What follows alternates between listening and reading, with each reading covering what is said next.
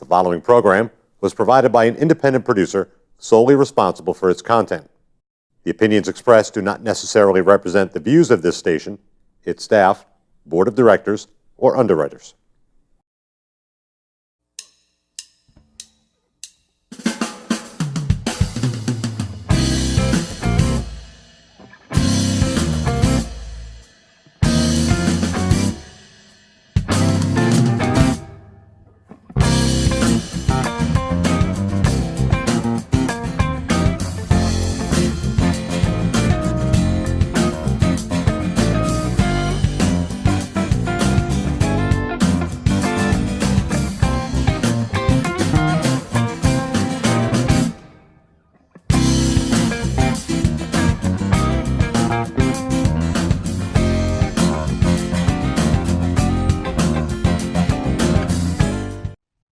Welcome to Gate City Chronicles. I'm Kevin Avard, your host. And today we have a familiar guest.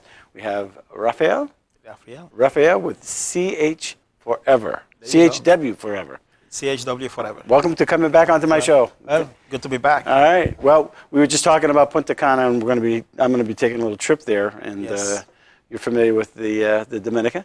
I'm Dominican. Yeah. You're going to paradise. Yeah. So enjoy it. I plan on it. There you go. So, well, welcome to the show. And you have something you want to talk about today. You're a CWH4EVER. What is that? Right. CHW4EVER. It's like a CHW practice that I started. And CHW stands for Community Health Worker. Mm-hmm. When I met you about 2 years ago, I was working for a very nice place called Lamprey Healthcare. Yeah, right up on Tyler Street? On Prospect Street. Yeah. And it's a very full, very beautiful facility. It does a lot of great things for the community. My job there as a community health worker, I wanted to do more. Mm-hmm. So I became an independent community health worker, and I went to work for another company, organization. That's when I came on your TV show. Yes. And that didn't work out because my priority is to be useful to people. I want everyone in Nacho to be healthy, to live a healthy lifestyle. Sure. And sometimes that, I guess, ideas get mixed in or mixed up. So I moved on from that, and then I started my own community health working practice. Okay. Called the CHW4EVER, because I want to be a CHW4EVER. And the goal is that now I do the same thing that I was doing at Lamprey, at that other place, but I do it on my own. And I can see people's life get healthier and better, like almost on the spot. And that is what, that's what motivates me. So who are you reaching out to? In reality, anyone that has a need, but my emphasis is in the, I was going to say Dominican community, the Hispanic community, Mm-hmm. all Hispanics from whatever. How big is Nashua's Hispanic community? It's quite big. Mm-hmm. I mean, it's 8,500 strong. I just saw an article saying... That's about the size of Franklin, New Hampshire. Oh, really? Yeah, it's about 8,500. I did not know that. Yeah. So there's 8,500 Spanish people in Nashua. And for me, when I go out into the community, I see all these needs, healthcare needs that people have. And in such a lovely and beautiful community like Nashua, we're working on it. But still somehow there are people suffering from depression, Mm-hmm. older people living in very poor health-wise conditions. Yeah. I go to see them, I do home visits, and they tell me, well, yeah, I have a doctor, but I'm not really connected to that doctor. So I see a lot of need, and I figured that I needed the freedom, which is why I became independent, why I started my own practice to be able to service those people that are in need. Now, when you see somebody having a need, what are you doing? Are you helping them get connected with the services that are out there, helping putting them in the right direction? Yes. Sometimes people don't know how to ask the right questions. True. And is that part of your job too? Is look, you need to be asking this so that you can open up this door. I'm a bridge between the community and the healthcare system. Mm-hmm. You're right.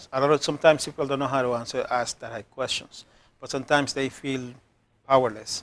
Is the word to ask those questions. In our culture, and I work with everybody, but mainly the Hispanic community. In our culture, doctors are seen as these high, powerful beings. So you really just do what they tell you. And sometimes what they tell you is not what's best for you. To go into a little more details of what community health work is you empower people to have a relationship with their doctors. You always want to work with healthcare providers, but you want people to say, for example, okay, if a doctor says, I want you to take this medicine, you want the people to be able to say, hold on a second, I need to do some research. Will that work for me? Will that have side effects? I mean, usually doctors do say that, but sometimes things are lost in translation. You want them to be informed consumers. I do. And then I connect them to the healthcare system. So I don't go out on my own and try to basically do anything with people. Mainly, the two main things that I do, I teach diabetes self-management classes and chronic diseases self-management classes. And all these classes are about teaching people how to create a relationship with their doctor. Is it addiction is part of those classes? Not yet. And I'm glad that you asked that question, because I just finished doing a 1-hour production called Creating Your Ideal Lifestyle. Because I believe, based on the people that I have encountered, not just in the community of Nashua, but in other places in New Hampshire, is that most people, I won't say all, but most people that I come into contact with that have addiction problems is due to loneliness. It's due to some trauma that they went through and they weren't able to overcome it. Right. Yes, you have some people that had some physical need, and then the medicines were too expensive, so they ended up unfortunately going into a drug to get rid of the pain, right? But when I talk to most people, really, it's that, well, I was so lonely, I was so alone, I felt so powerless, there was no one to talk to, nowhere to go to. Someone suggested that this thing would take the pain away. I tasted it, and once I tasted it, I said, well, this is better than, feeling nothing is better than feeling what I've been feeling. And then people just kept going down that and then become a slave to it.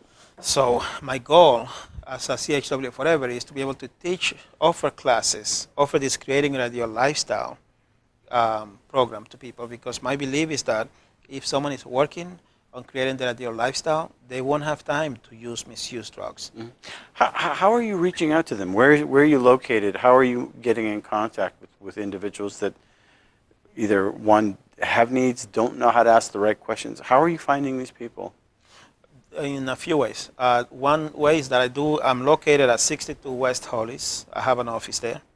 Okay, so people go in for other needs, to pay bills, to get a haircut, to look for some immigration services, you name it, personal services. And then I'm there doing those kinds of work. And when people walk into my office, they see all the certificates and diplomas that I have on the walls, and they say, well, you do all those things, can you help with this, can you help with that?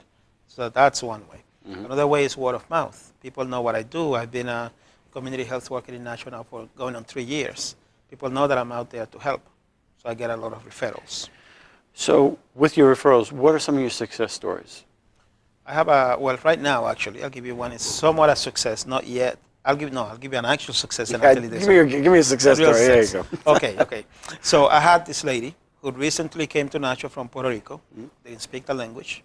People told her, go to this clinic, I won't mention the name, okay? And she went there, and they said, they'll get you someone that speaks Spanish, so you'll be fine. Puerto Rico, that's, okay. Next to the Dominican Republic. Yeah, okay. No, I'm just, go ahead. I'm listening. Okay. So, well, Puerto Rico, just it's another beautiful place that I want to go to. Yeah. But the deal is that she came into Nashua, and she just sent to this place. Somehow the person that helped her, assisted her, was not having the best day, is how I like to call it. So she was very disappointed with the place, with the system. She went home, even though she had a need, she had a pain in her bones, she has arthritis, she has diabetes, and she basically chose to stay home than deal with what she thought she dealt with. So I was referred to her by someone, because I do volunteer delivering food to seniors. One of those seniors told me about her. So I went and I met with her. I did a home visit, went to her home. She said, well, I don't want to go to that place if things are that way. And I said, no, I know that place. It's filled with good people. Maybe you just bumped into a person having a bad day. Let's go back together. And I'll ask you to ask for this person. I can't give you names because this place is in Nashua and people are working there now. But the thing is that this time, this person that I introduced her to helped that lady, assigned her to a doctor. And now the lady keeps in touch with me via Facebook, telling me how much better her health is, because now she's working with a doctor. She has more energy to take better care of herself. I did give it a pep talk based on my diabetes self-management classes on how to take control of a condition. Do you have a medical background? No. I'm a lay community health worker. Is a lay person. Okay. And but you can help navigate through some of the medical language. Definitely, I can do that, and also as a Spanish medical interpreter, I do have a bit of a clinical knowledge, just a little bit, Right. not much. But So is your organization nonprofit, for-profit? How do you support yourself? well, CHW4EVER is for-profit, Okay. and I do have a fee that I charge. However, I also have a non-profit, which is called Quisqueya Energy Solutions, and what I end up doing is a lot of work through that, because I find that when I try to help someone, in many cases, someone says to me, well, that's already been done. You are trying to duplicate services. And I say, well, but whoever is doing that is not helping this person. This person is falling through the cracks. There's a disconnect. But I'm told, well, it's too bad, but this is the way things are. So I said, okay, then I'll go and I'll help the person on my Do own. insurance companies reimburse you for some of your services, or does the client take care of that? My clients take care of that. Okay. But there's two things before I forget. When CHW4EVER is a for-profit, I do have a contract with a company, an organization that pays me to teach these diabetes self-management classes. So when I teach a class, I get paid for it. So I see. That's income. When somebody needs me to go and interpret for them at a doctor's office, I get paid. That's income. When I go and I drive someone and I help someone translate medical documents, sometimes legal documents, then I pay for it. And in the event that someone needs a lawyer, there's been a few lawyers that have compensated me for my time for doing the referral. For referral, okay, Yes. yeah.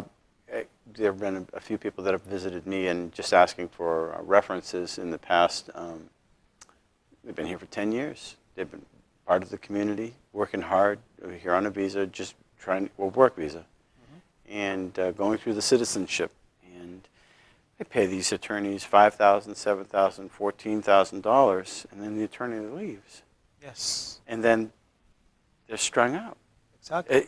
And just left there in limbo. And they say, well, what can I do? And I'd like to hunt some of these attorneys down and say, hey, look, you're in trouble. Get these people the services that you promised them. Oh, you have to go back to your country, they'll say. Well, wait a minute. You were here 10 years. You're paying all this money to help through the legal process, not the illegal process. Everybody's up in arms about the illegal process, but by golly, there are people trying to do it the right way. Yes. And there are people out that are Taking advantage of them. taking advantage, and those people need to be hung out to dry and exposed. And they're on my radar. They are on my radar. Well, thank you for that. No, they are definitely on my radar, because you're taking advantage of people that are coming to be part of our system. They want to become American citizens the legal way, the right way, and they're being ripped off. Yes. And if it's just one person, that's bad enough. But then you have one person, a wife, and 2 children. The whole family. Now you have a ripple effect. And you're leading these people on. They're working hard. They're part of the community. They have some very good home values. They're very, very strong people. And then you take their money and then you leave and you go to another town. There's one thing you can do is label these attorneys that are taking advantage of these people and filing complaints, because they're misleading and they're stealing. There are good attorneys out there. There are bad attorneys out there. These are the bad attorneys, and there needs to be a warning sign over their office saying, "Don't come here," because it's more than one. I've heard this from a number of families. So have I. And myself, I've written letters of recommendation because I've known these people for a while, and living on Walnut Street, Pine Street, some of the other tree streets. Good people. Great people. I have someone, I can't give you her name, but I have someone going through a very similar situation like that right now. You know why I know, why I think that these things happen more than often? In Nashua, we do not have a Latin American center.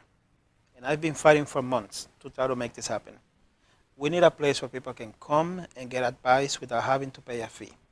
Because what happens is, in my experience, people ask their friends, can you refer a lawyer to me? People don't do research on this lawyer. They don't have a place where they can go and say, hey, I want to go see lawyer Joe Smith. Can you tell me about, and Joe Smith's a fictional name. I don't know anybody knows. I hear you. No. They don't have a place where they can go and say, can you research this person? Right? When people have needs and they see trouble coming, they don't have a place where they can go to. I want to change that. I've been trying to create a Latin American center, and it's just, it's one of those battles that I'm going to fight till the end. But I do believe that if we had a place where people can go to, a place that is neutral, not a place that is run by an organization that has specific rules that says, we can help you with A and B, but we cannot help you with C and D. You're out of luck there, right? Because then people are either not going to come or they're going to be disillusioned. We need a place that's neutral and that anybody can come to. I think one of the things that's important too, also though, in the Latin community, the Hispanic community, is we want to be a melting pot in this country. We want people to enjoy each other's cultures instead of being afraid of their cultures. And well, this is my culture over here. This is your culture over here. This is your culture over here. That divides us. Yes. And we really need a point where we're not afraid of each other. We're not looking at each other with Right. We need, when you're here and you're part of the American system, we need to be Americans. True. And obviously, there are thousands of different languages out there. We got kids in schools learning Spanish. We got kids in Spanish kids learning English. We got to come together and meet somewhere in the middle, because if we just stay with our own dialect, we're going to stay in this little section of town, or we're going to stay in this section of town, and you don't explore and become part of the community, it exacerbates things. It breaks down the communication, and people are left out. True. And so you talk about a Latin American Center. American Center. Should be for everybody. Exactly. That's the whole idea. See, I'm a very proud Dominican man, okay? But I'm conscious that I live in America. In America, as you said, I see it as a melting pot. I couldn't list all the names of all the different cultures and ethnicities in this community alone, never mind the whole state of New Hampshire. But by me using the term American, that means everybody, right. You see? And that's the key, is that my experience is I go into the community and I want to bring things together. People that have places to hold activities, they have an agenda. It's not so likely that they mix in another agenda because they have their own. And then you have all these processes that people have to go through. So if I say I want to create an international night, someone has an agenda on how that is done. And if what I want to do doesn't fit into that agenda, then I'm out of luck. So yes, it's a melting pot. We all need to come together. But unless and until we have a place that is open to everybody, not just to a specific group of people, it's going to be unlikely. Are you communicating with some of the churches in town? Yes, I am. Yeah. And are they helpful? They're very good willing. I'll put it that way. Resources are... It's a challenge, but it's a good challenge, because the Nachos are a lovely community, lovely people. I just got to find a way to touch people where they live. Once I do, everybody's going to come together. How influential do you think the churches are? They are very, but here's my opinion. They're influential in different pockets. We need a place that is for everybody. So I'll give an example. I teach these diabetes self-management classes. I had a class set up to be taught at a church. I have people that told me I cannot go to that class even though I have diabetes, because my pastor said that I can't go to that church because it's not a church of my denomination. And the person didn't go to the class. See what I mean? So yes, churches are powerful to their own denominations. I'd like to see something happen where people go beyond religion and think just about health, and beyond nationality, race, color, whatever, and just think about health. But I'm telling you, I've knocked on a lot of doors, and it's always, okay, well, yeah, that sounds wonderful. Let's think about it, we'll get back to you. We'll have a meeting with the board next month. We'll get back to you. And that's all fine and dandy. It's just the name of the game. I just got to find a way to break through that. Yeah, and you plant the seeds and you have a conversation. Exactly. Plant the seeds and have a conversation and just get people talking about it. I think if you have the language of bringing people together instead of isolating, that's really important. And there are a lot of people that want to be part of building the community. That's wonderful. But if they feel as though they're being, well, you're not Latin, you're not Spanish, you really don't belong here, or vice versa. And they usually don't say it, Kevin. It's that you feel it, you sense it. That's right. See, and that's got to be broken. But I got to make the point that it's only a very, very small amount of people. Most people in Nashua are very welcoming, very friendly, very loving. It's only a small percentage. That's usually the case, Yeah, so it's going to work. It's just like everything that's worth anything in life. It takes time and it takes work. Yeah. Well, it's going to happen.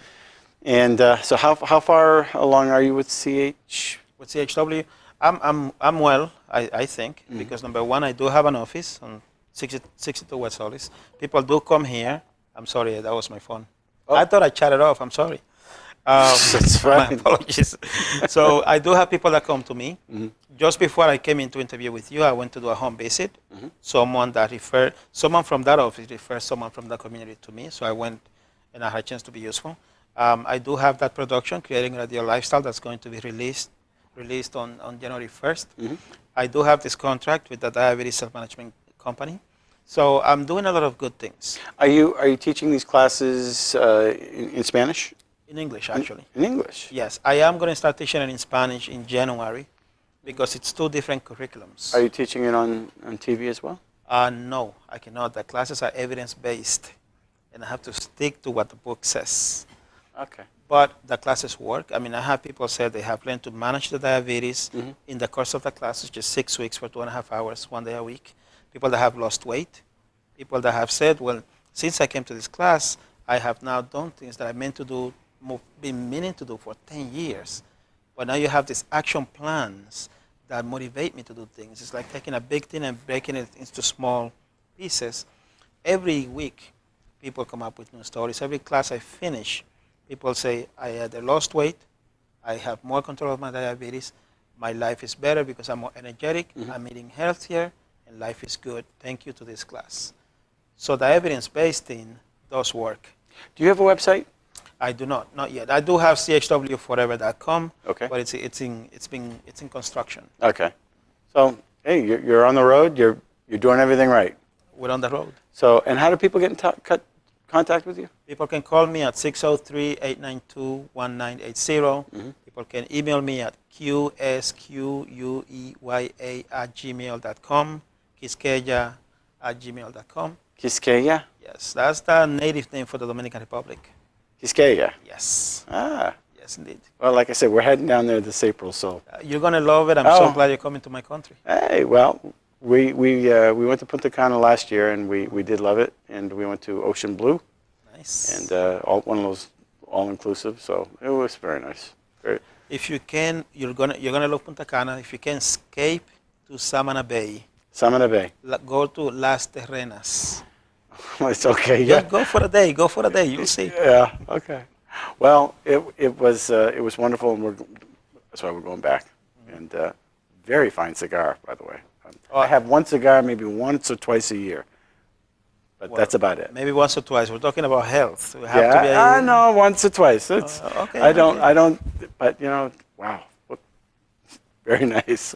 Anyway, well, thanks for coming back onto the show. My pleasure. Thank you for having me. Absolutely. And thanks for watching Gate City Chronicles. If you have a friend who has some health needs or struggling with diabetes and you need some coaching, life coaching, or you need to get involved with some people that might help your friends, contact Rafael. Thank you. So it's anybody that's out there trying to help out, it's always greatly appreciated. It does help the community. And if you have a story and you want to come on the show, please, by all means, come on and contact me through gatecitychronicles@gmail.com or accessnashua@gmail.com. Until next week, thanks for watching. Thank you for watching Gate City Chronicles, and we want to thank our sponsor, Aardvark Cleaning. They've been a sponsor for quite a few years now, and we appreciate them being a sponsor. And if you want to be a guest on our show, contact accessnashua@gmail.com. We'd love to hear your story. Until next week, thanks for watching.